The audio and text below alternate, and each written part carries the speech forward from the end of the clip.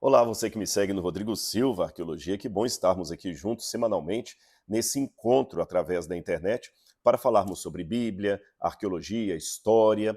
E hoje eu quero falar um pouquinho com vocês de um assunto um pouco mais psicológico, sobre as relações tóxicas e o que a Bíblia tem a dizer a esse respeito. Algumas dicas bíblicas, alguns conselhos, advertências, sugestões e até pérolas de sabedoria para nos ajudarem a sobreviver a uma relação tóxica e sermos o mínimo contaminados por ela. Eu digo o mínimo porque é muito difícil você passar ileso nessa vida sem sofrer um pouco com o erro, com a maldade, com a desgraça. Infelizmente é assim. Por mais que você seja um motorista cuidadoso, que siga as leis de trânsito, isto não impede que você um dia sofra um acidente causado por um outro motorista que está embriagado ou dirigindo com imprudência. Mas antes de entrar no assunto propriamente dito, eu quero convidar você que não é inscrito no canal a se inscrever, tá certo? Se gostar do conteúdo, deixe o seu like, ative o sininho de notificações e também deixe o seu comentário aqui, ele é muito bem-vindo nesse canal. E também convido para que você faça parte dos 21.500 alunos que semanalmente estudam a Bíblia Sagrada comigo. Ah, você não sabia? Eu tenho o curso A Bíblia Comentada com Rodrigo Silva, que já está com 21.500 alunos, você pode ser o próximo e deve ser o próximo, e toda semana, às quartas-feiras, às 20 horas, nós temos um estudo inédito da Bíblia Sagrada. Você quer saber mais detalhes? Então vou deixar aqui no descritor desse vídeo um link, tá bom? Para que você possa entrar, saber detalhes, como se matricular nesse curso, e de quebra, você estará ajudando a construir o Museu de Arqueologia Bíblica do NASP. Que tal? Posso esperar você na próxima aula? E quem está me assistindo aqui, que já é aluno do curso, deixe o seu depoimento também aqui, se o conteúdo está valendo a pena, se você está gostando das aulas, se elas estão trazendo enriquecimento teológico para você e cultura bíblica também. Continuando aqui o nosso assunto de hoje, sobre essa questão das relações tóxicas, eu me lembro que há muito tempo atrás, na época da Guerra Fria, aquela ameaça entre Estados Unidos e União Soviética de eclodir uma guerra nuclear que traria o fim da humanidade, ameaça essa que voltou recentemente com os últimos movimentos militares de alguns países, e você sabe do que eu estou falando. Nessa época da Guerra Fria, havia muito medo que os países usassem ou a bomba atômica ou a bomba de nêutrons. Qual a semelhança e a diferença entre as duas? A semelhança é que ambas têm um poder de destruição muito grande. Você sabe, a bomba atômica, por exemplo, destruiu, pulverizou Nagasaki e Hiroshima quase que em segundos. Muita gente tinha medo daquele cogumelo gigante que se formaria, aquela explosão que sairia destruindo tudo. Essa é a bomba mais comum, aquela bomba atômica. O outro tipo de bomba também atômica, mas que tem um efeito um pouco diferente, é a bomba de nêutrons. Ela consegue matar tantas ou mais pessoas do que a bomba atômica convencional, ela mata, só que com uma diferença, ela não destrói um prédio sequer. Se durante a explosão, vamos dizer assim, de uma bomba de nêutrons, houver explosão até é uma palavra que tem que ser explicada, porque ela não causa aquele cogumelo gigante, não, é diferente. Se tiver durante o momento que ela é detonada, uma caixa de papelão solta na rua assim, não acontece nada nem com essa caixa de papelão. Nenhum edifício, nenhuma casa, nenhum casebre, nenhum tijolo sequer será arrancado de uma parede, mas ela sai destruindo toda a forma de vida que você possa imaginar, vida animal e vida vegetal. E o ser humano também, é claro, é morto nisso aí. A diferença entre as duas, então, é que uma causa uma destruição facilmente visível nas estruturas. A outra não, a estrutura fica intacta. Então, a maneira até covarde de um exército destruir uma civilização e depois pegar tudo que sobrou dela. Assim também são alguns tipos de relações tóxicas nas quais nós, infelizmente, acabamos entrando por ironia da vida. Existe aquela violência física, que a pessoa bate na outra, deixa hematomas, e por mais hediondo que seja o crime da violência física, isso é óbvio para todo mundo, essa violência, num aspecto, ela é menos grave do que o outro tipo de violência, que é a violência verbal. Eu digo por quê que é menos grave. As duas são hediondas, são crimes hediondos, mas por que é menos grave? Porque a violência física, você vai numa perícia, você faz um exame de corpo de delito e você pode comprovar, ó, ele me deixou hematomas aqui no meu braço, ele me machucou, ele me feriu com uma faca, ele tentou contra a minha vida, atentou contra a minha vida, melhor dizendo.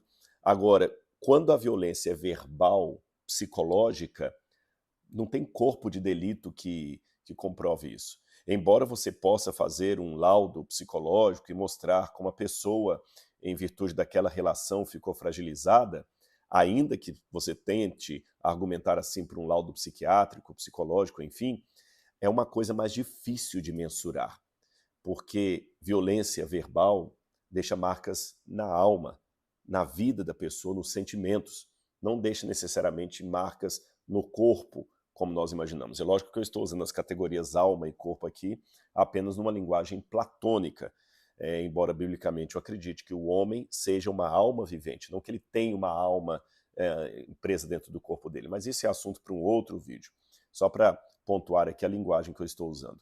O fato é que a violência física se assemelha à bomba atômica comum, aquela que dá o cogumelo gigante ali e sai pulverizando tudo. A violência verbal, psicológica, emocional, ela se assemelha à bomba de nêutrons. Ela acaba com a vida da pessoa, mas a estrutura está intacta. Bom, como eu posso lidar com isso? Que conselhos a Bíblia me apresenta para me posicionar diante de uma situação tóxica que envolva a mim ou ao meu semelhante? Em primeiro lugar, já que eu falei dessa questão de violência com as palavras, eu me lembro aqui de Provérbios, capítulo 18, versículo 1 em diante. Lembrando que há muitas passagens da Bíblia que mencionam a sabedoria que devemos ter nas relações práticas que nós temos no dia a dia. Há muitas passagens da Bíblia. Eu vou ler apenas algumas aqui por amostragem, tá bem? Provérbios capítulo 18. O solitário busca no seu próprio interesse, busca o seu próprio interesse, olha que interessante. O solitário busca o seu próprio interesse e se opõe à verdadeira sabedoria. São pessoas que eles querem agradar tanto a si mesmos, que eles se tornam infelizes de tanto querer ser felizes, porque eles se esquecem que a felicidade é uma via de mão dupla, uma relação entre mim e o meu semelhante. O tolo não tem prazer no entendimento, mas apenas em externar o que pensa.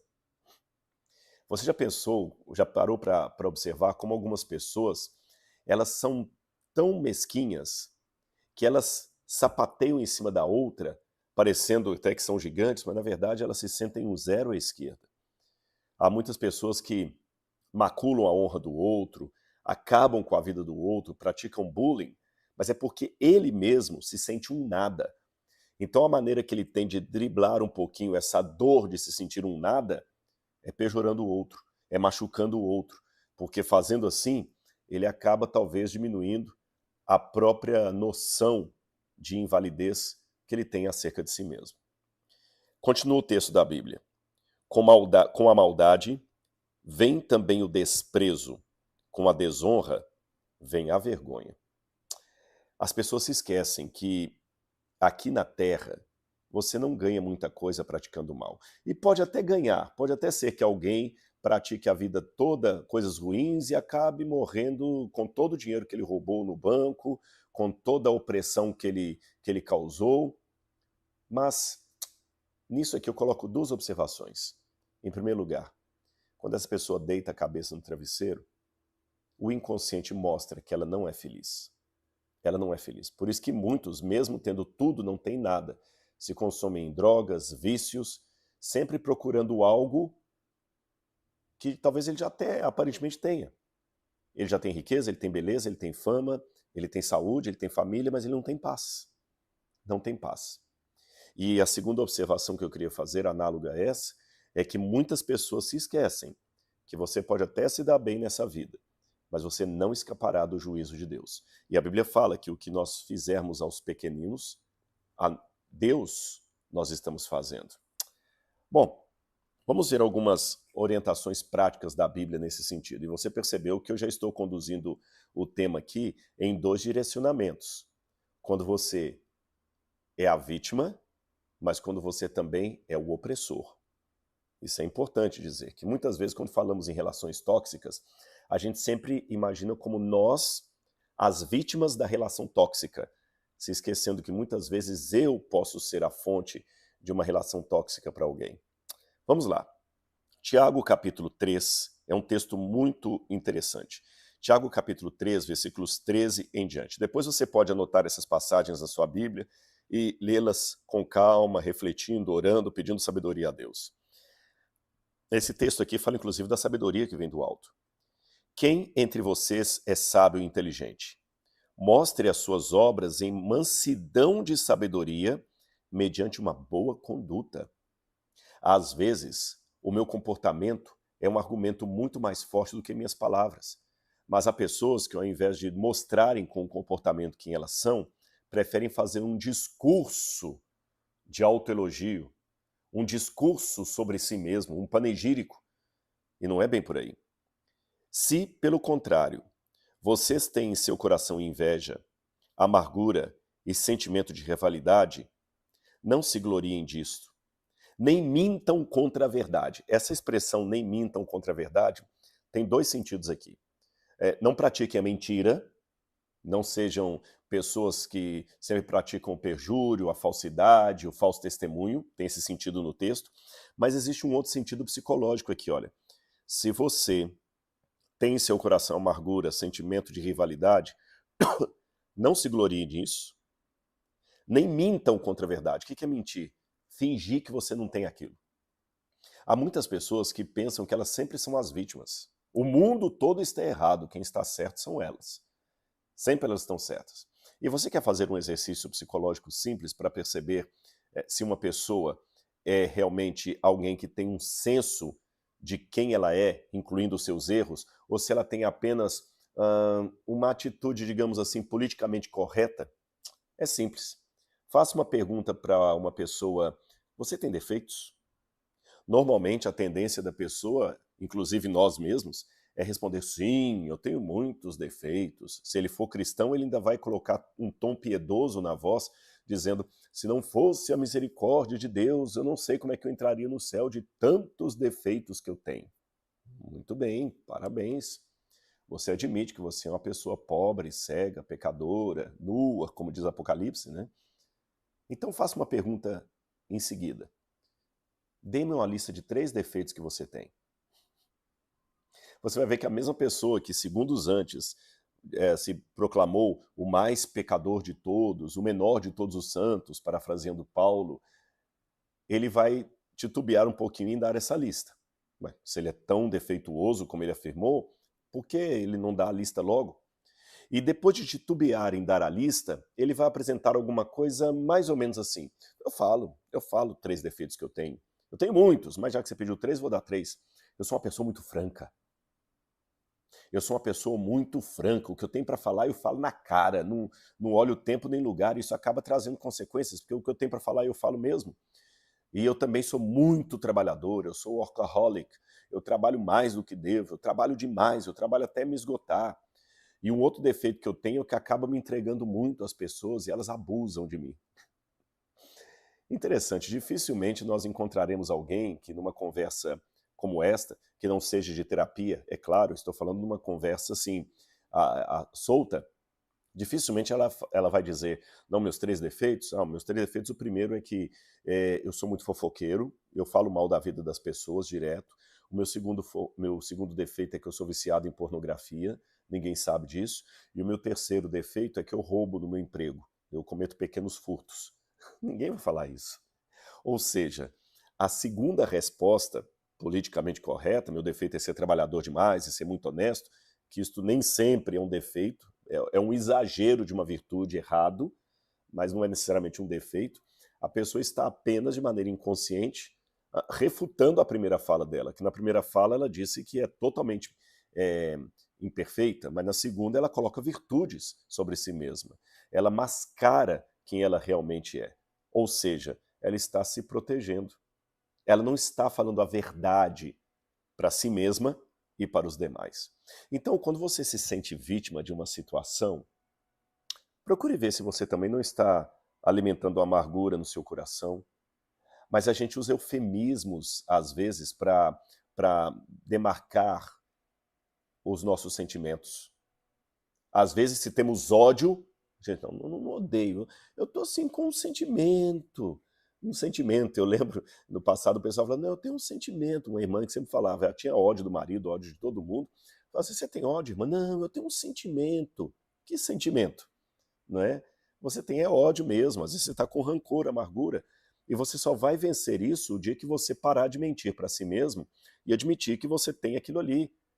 Parar de mentir para si mesmo e parar de se glorificar naquilo, gloriar naquilo. Tem gente que se gloria do rancor que ele sente. Você já percebeu como algumas pessoas são viciadas em sempre contar a sua própria história numa autobiografia de pura piedade ou autopiedade e alta comiseração? Ah, eu desde pequeno sofri muito, porque meu pai não gostava de mim, minha mãe tentou me abortar, minha tia que me criou me fazia comer resto de comida, depois quando eu fui ter a primeira namorada ela me traiu, depois eu fui entrar num relacionamento e não deu certo, depois meu primeiro emprego me perseguiam lá porque eu era assim, assado, mandou embora. Espera aí, calma. Ainda que isso seja verdade, você está notando que você só está pontuando as coisas ruins da sua vida? Você percebeu que a sua vida parece uma coleção de infortúnios? Parece que até algumas pessoas se gloriam nisso. Chega a ser quase um masoquismo inconsciente, uma vontade de sofrer. Não se glorie nisso. Há pessoas que, isso eu estou falando no campo do inconsciente, tá? Elas talvez não tenham consciência disso, por isso que eu estou colocando esse vídeo para quem sabe despertar em você uma consciência que eu também preciso ter. Há pessoas que se orgulham de serem vítimas, e até inconscientemente ele atrai isso. Ele atrai alguém para poder pisar nele, ele atrai um emprego que ele atrai ser mandado embora, ele atrai a antipatia. Aí a Bíblia continua, esta não é a sabedoria que desce lá do alto. Pelo contrário, ela é terrena, animal e até demoníaca. Demoníaca no sentido que você está prejudicando a si mesmo. Pois, olha bem, essa parte aqui para mim é fundamental. Pois onde há inveja e rivalidade, aí há confusão de toda espécie de coisas ruins. Onde há inveja e há rivalidade. Aí você tem que começar um pouquinho a se preocupar nas questões das relações tóxicas. Qual o ambiente que você está frequentando? Será que você não está frequentando justamente ambientes ruins para poder continuar repetindo aquele mantra de vítima? Às vezes, assim, o meu inconsciente colocou tanto assim que é importante eu ser a vítima, porque enquanto for a vítima, enquanto eu for a vítima, as pessoas vão ter dó de mim, vão me escutar, vão ouvir a minha história e vão olhar para mim. Então o inconsciente criou aquela, digamos assim, aquela programação neurolinguística, vamos dizer assim, ela fica repetindo aqui. O eco fica no meu inconsciente. Você tem que ser o coitadinho, porque se você deixar de ser o coitadinho, as pessoas que estão hoje ouvindo você, correndo para te ajudar, vão parar de vir. Aí você vai ficar solitário. Então é melhor você continuar coitadinho para que você tenha a atenção dos vizinhos, dos amigos, dos parentes, dos irmãos de igreja. Aí quando você começa a se dar bem na vida, o seu inconsciente, opa, você está sendo feliz, você vai deixar de ser o coitadinho, eles vão te abandonar. Aí você corre para uma situação tóxica. Preste atenção nisso. Então, olhe o ambiente que você está frequentando. Não apenas no sentido tóxico, mas também no sentido moral e espiritual. O Salmo 1, para mim, é formidável nesse sentido. Foi um salmo escrito com muita lucidez moral, ética e psicológica. Salmo 1, verso 1. Bem-aventurado aquele que não anda no conselho dos ímpios, não se detém no caminho dos pecadores, nem se assenta na roda dos escarnecedores. Olha o crescendo do Salmo. Alguém que não anda, não se detém e não se assenta. Andar, ele está andando num shopping, olhando as lojas, se detém, para na porta e olha. Se assenta, entra e vai consumir aquilo ali. Alguém que está andando numa rua de prostituição, ele está andando, não deveria, está andando lá para cima e para baixo. Daqui a pouquinho se detém, olhando lá para dentro, para pornografia, para prostituição, para tudo que houver lá. Depois ele entra e se assenta, quer dizer, faz parte. E é interessante que essa palavra que aparece aqui, não se anda no caminho, no conselho dos ímpios, quer dizer, na assembleia deles, onde eles se reúnem, é uma palavra interessante em hebraico, é a palavra rechaim, ou rechaim, plural, não é dual. Rechaim significa aquele que não tem sossego, aquele que é inquieto, ele não consegue parar. Esse é o ímpio, eles traduziram por ímpio, mas significa o inquieto, aquele que não para, não sossega. É curioso que essa é uma descrição boa do ímpio. Isaías capítulo 57, versículo 20, Isaías 57, versículo 20, tem um conselho análogo a isso aqui, quer ver? Isaías 57, versículo 20. Mas os ímpios são como o mar agitado, que não se pode aquietar, cujas águas lançam de si lama e lodo. Esse é o ímpio, ele não tem sossego, ele está sempre buscando alguma coisa, uma adrenalina.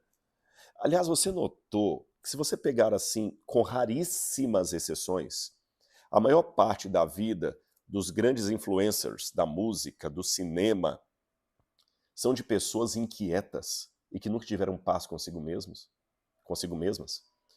Pode pegar os grandes ídolos da juventude, pode pegar a vida de Elvis Presley, pega a vida da Mary Monroe, saiu um filme agora da Mary Monroe, contando, é uma mulher sempre inquieta, angustiada. Pega a vida da Amy Winehouse.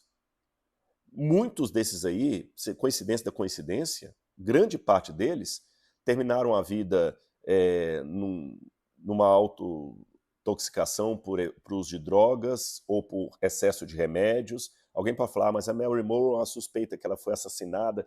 Não interessa, o ponto é que, sendo ou não morta, era uma pessoa que se entregou aos vícios, seja do sexo, seja das drogas, pessoas mal resolvidas consigo mesmas, que faziam aquele show ali, que colocavam um auditório, na verdade o estádio inteiro em polvorosa, com milhares de pessoas se rasgando, se degladiando umas com as outras por uma foto, por um autógrafo, por um pedaço da roupa dele. Se ele pega o lenço que está aqui no pescoço durante o show, todo encharcado de suor, e joga no auditório, o pessoal se rasga, mulheres, homens, todos, para pegar aquilo ali. E agora com a ideia do selfie, nossa! E depois de arrebatar multidões com o talento dele ou dela, seja o talento através da música, da interpretação, no caso do cinema, quando ele entra no camarim, ele já fecha a porta, coloca o garrote aqui e começa a se drogar. Ou tem que tomar um coquetel de drogas todos os dias para tentar ser um pouco feliz. E fica à base de drogas e põe uma máscara de vida perfeita. E eu fico notando esse tipo de pessoas que são mal resolvidas, elas são as influenciadoras da maioria dos jovens. Aí eu fico pensando, se a sua vida não bem resolvida também não será o que influenciará a vida dos jovens que vão consumir o que aqueles ali produzem. Então, faça uma pergunta para si mesmo, quem você está seguindo? A vida dele é uma vida que demonstra os frutos do Espírito? Ou mesmo que ele não for crente, porque você não vai seguir só pessoas que são da igreja, pelo menos você vê virtudes ali que você possa falar assim, olha, isso aqui é realmente digno de respeito, de valorização, eu digo no todo, não apenas no espetáculo. Isso vale inclusive para os religiosos. Eu não estou falando para você admirar o pregador só quando ele está no púlpito, mas especialmente quando ele desce do púlpito. O Spurgeon falava de um sujeito que pregava tão bem que quando ele estava no púlpito, era uma pena que ele tinha que descer de lá, porque era tão gostoso ouvi-lo falar, mas aqui embaixo ele era tão mal resolvido que era uma pena que ele tinha que voltar para o púlpito. Percebeu? Enquanto está no palco, é uma pena que tenha que descer, mas quando desce, é uma pena que tenha que subir de novo. Pense nisso. O Salmo 119 e 115 também tem uma pérola muito importante aqui que eu quero passar para vocês. Salmo 119 e 115. Olha como é que você às vezes tem que ser radical nas suas decisões. Afastem-se de mim, malfeitores, quero guardar os mandamentos do meu Deus. Então, às vezes, você tem que ser um pouco mal educado, se preciso for. Desculpe-me. Eu quero até ajudar você, eu quero levar a palavra de Deus a você, porque o cristão também não pode agora ficar como um eremita em cima de uma montanha para não se contaminar com o mundo, não é isso? Jesus comia com os pecadores, mas Jesus não andava no conselho dos ímpios, e há muitas pessoas que confundem isso. São duas faces de uma mesma verdade. Uma coisa é você comer com os pecadores como Jesus para salvá-los. Outra coisa é você andar no conselho dos ímpios para se tornar como eles. É diferente. Há muitas pessoas que pensam que por Jesus ter comido com os pecadores, significa que eu posso passar a noite toda numa balada, todo mundo usando droga ali, mesmo que eu não vá usar droga, mesmo que eu não vá beber, só porque eu tenho que comer com os pecadores. E se eu não for para a balada, eu estou sendo elitista. Não, por favor. Cuidado. O Nietzsche dizia que quando você contempla demais as trevas também contemplam você. Então, cuidado para não confundir o princípio de Jesus de comer com os pecadores com a advertência bíblica de andar no caminho dos pecadores, sentar na roda deles. Há momentos em que você deve falar assim: afastem-se de mim porque eu quero guardar os mandamentos de Deus. Olha esse texto aqui de Provérbios, capítulo 13, versículo 20. Ele também, para mim, é importantíssimo. Provérbios 13, versículo 20.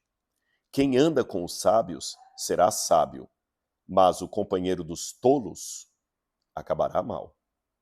Uma forma que você tem de olhar a sua própria vida é se perguntar assim: quem são as pessoas que me criticam? E quem são as pessoas que me defendem?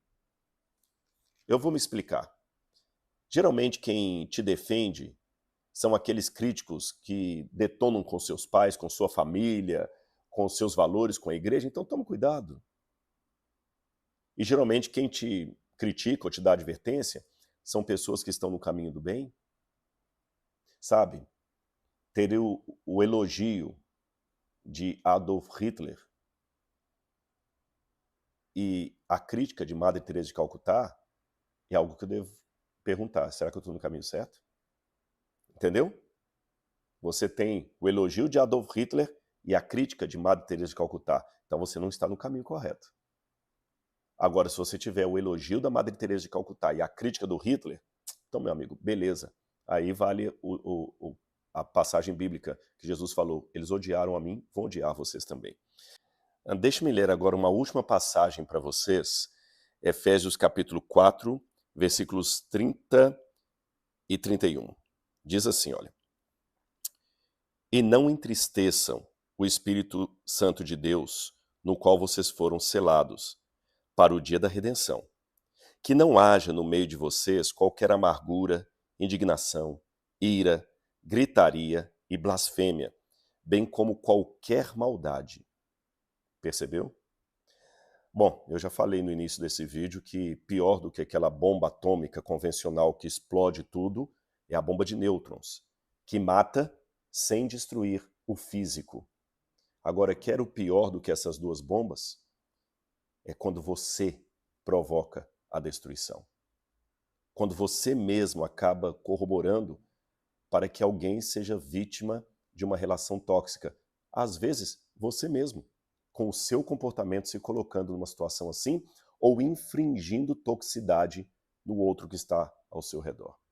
Então, tenhamos hoje esse conselho bíblico, que não possa haver entre nós amargura, indignação, ira, gritaria e blasfêmia. Tem gente que quer ganhar no grito. Que não haja gritaria e blasfêmia, bem como qualquer maldade.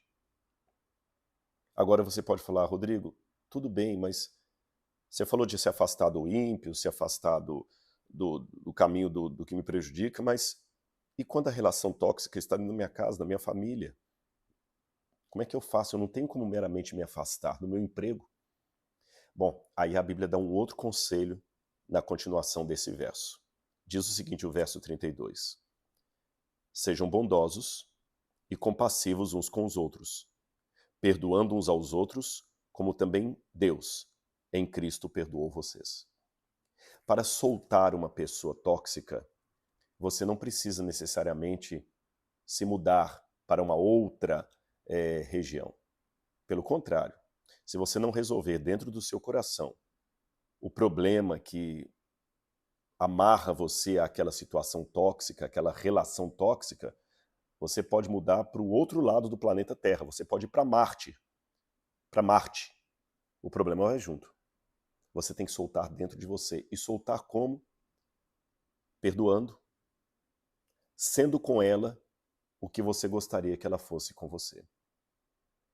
E isso inclui, inclusive, a sua própria pessoa. Você tem que também se perdoar. Você pede perdão a Deus, mas você se perdoa. Você procura não se colocar numa situação de amargura. Cuide de você como Deus cuida de você. Ame-se a si mesmo. Saiba que você é maior do que aquela situação, aquela invalidação, aquela pessoa, porque você é filho, é filha do Rei do Universo. Eu sei que você está falando, Rodrigo, não é fácil. Fazer o bem, amar, perdoar quem me prejudica, não é fácil. Não é mesmo, você tem razão. Eu quase diria, é impossível. É impossível. Exceto nos casos também patológicos em que algumas pessoas se tornam capacho umas das outras. Né? Ele continua servindo o algoz ali, mas porque ele é capacho. Não é disso que eu estou falando. Eu estou falando de uma bondade lúcida, de uma bondade que gera nobreza. Uma bondade que coloca em você acima da maldade que o ambiente está trazendo. Você tem que determinar, em nome de Jesus, é claro, que você não vai deixar que o ambiente torne você um subproduto dele. Pensa nisso. Sua família é tóxica? Tem muita violência doméstica, com palavras, violência física, verbal, ambas, violência psicológica, pior ainda, a violência psicológica. Ela é quase pior do que as duas anteriores, porque a violência física causa hematoma. A violência moral, o xingamento, você tem toda a razão do mundo para odiar, mas a violência da chantagem emocional é pior ainda, porque a violência da chantagem emocional, o outro ele não te agride com palavras, mas ele te oprime. Se você me largar, eu vou morrer. Se você sair de casa, o que vai ser de mim? Essa é pior ainda, porque você não tem nem argumento. Todo mundo vê no outro só bondade com você, mas sabe aquele amor que sufoca? É um caso.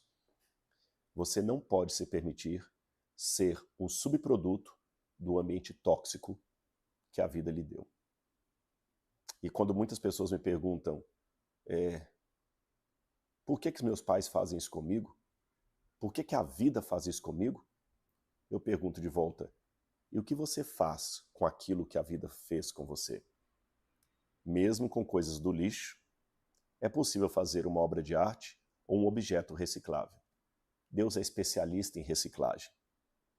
Ele pode reciclar os cacos da sua vida.